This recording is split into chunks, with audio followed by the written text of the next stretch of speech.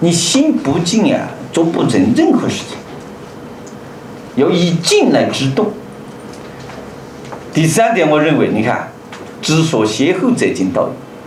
你必须懂得规律，掌握规律，运用规律，才能获得成功。违背规律肯定要失败的。搞经典教育，违背规律也是失败的。你基本理论没掌握，也是要失败的。你看，做到半年就垮掉了，1年垮掉了。而我们做的越来越发达，3个一下变成3000人，是吧？所以你看，我就是这么讲啊。这个呢，今后有时间我们大家系统的可以，这一次专门学大学，下一次专门学《论语》。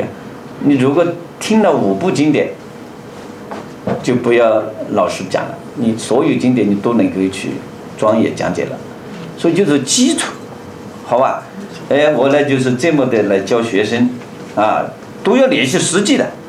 你不联系，我都是历代的案例、现代的案例、国内外的案例，你没联系实际，你讲啊，学生听不懂，是吧？学生没效果，并且讲了要学生做，必须做，要检查，啊！